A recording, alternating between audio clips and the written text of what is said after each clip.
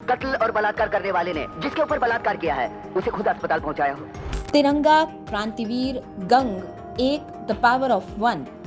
Superstar Nana Patekar की इन blockbuster Hindi फिल्मों में उनके देशभक्ति से ओतप्रोत किरदार और अभिनय को सभी ने सराहा। पर बहुत कम लोग जानते हैं उस एक फोन कॉल के बारे में जो नाना पाटेकर ने की थी सन 1999 में। हेलो, मैं नाना पाटेकर बोल रहा हूँ। मुझे कारगिल युद्ध में जाने की इजाजत दीजिए। देश के लिए कुछ करना चाहता हूँ। जी हाँ, ठीक सुना आपने। ये फोन कॉल थी दरअसल कारगिल युद्ध के समय की, जब नाना पाटेकर ने तत्कालीन रक्षा मंत्री जॉर्ज फर्नांडिस से युद्ध में लड़ने की अनुमति मांगी थी।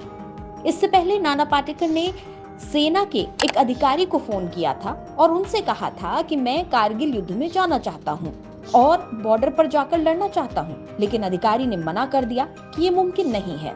नाना ने पूछा कि आखिर कैसे मुमकिन हो सकता है, और तब नाना ने फोन किया रक्षा मंत्री जॉर्ज फर्नांडिस को। रक्षा मंत्री ने भी साफ इनकार कर दिया कि बॉर्डर पर जाने के लिए, वो भी युद्ध के समय, फौज के साथ लड़ने के लिए एक खास तरह की ट्रेनिंग चाहिए होती है। इस पर नाना ने कहा कि कमीशन के लिए 6 महीने की ट्रेनिंग होती है, लेकिन मैं 3 साल की ट्रेनिंग कर चुका हूँ। उन्होंने आगे कहा कि फिल्म प्रहार के दौरान मैंने मराठा लाइट इन्फेंट्री में ट्रेनिंग ली थी। न जानने के बाद रक्षा मंत्री का अगला सवाल था, कब जाना चाहते हो?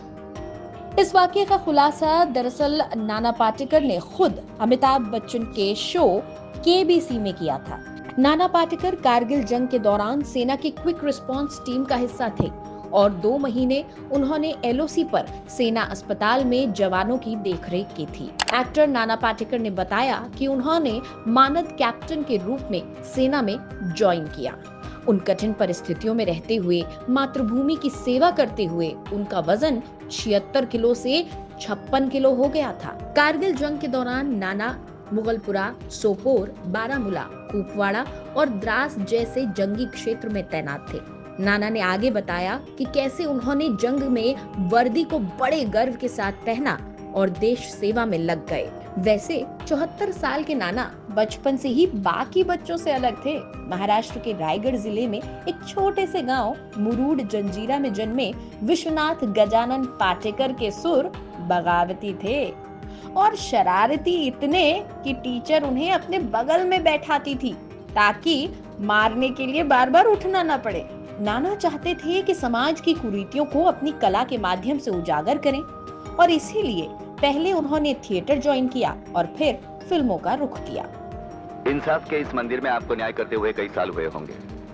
नाना पूरी इंडस्ट्री में अपने गुस्सैल स्वभाव के लिए जाने जाते हैं। चाहे रेपिस्ट का रोल ऑफर करने पर रवि चोपड़ा को गाली देना हो या फिर फिल्म परिंदा की शूटिंग के दौरान फिल्म के डायरेक्टर विधु विनोद चोपड़ा से भिड़ जाना। ऐसे तमाम किस्से हैं जो फिल्म इंडस्ट्री में चर्चा में रहे। 50 साल के लंबे करियर में 3 नेशनल अवार्ड जीतने वाले सत्यजीत रे और दिलीप कुमार जैसे दिग्गजों को भी अपनी कला का मुरीद बनाने वाले नाना पाटेकर के इस जज्बे को फिल्म तड़का का सलाम। फिल्म जगत से जुड़े ऐसे ही रोचक किस्सों को जानने के लिए जुड़े रहिए फिल्म तड़का के साथ।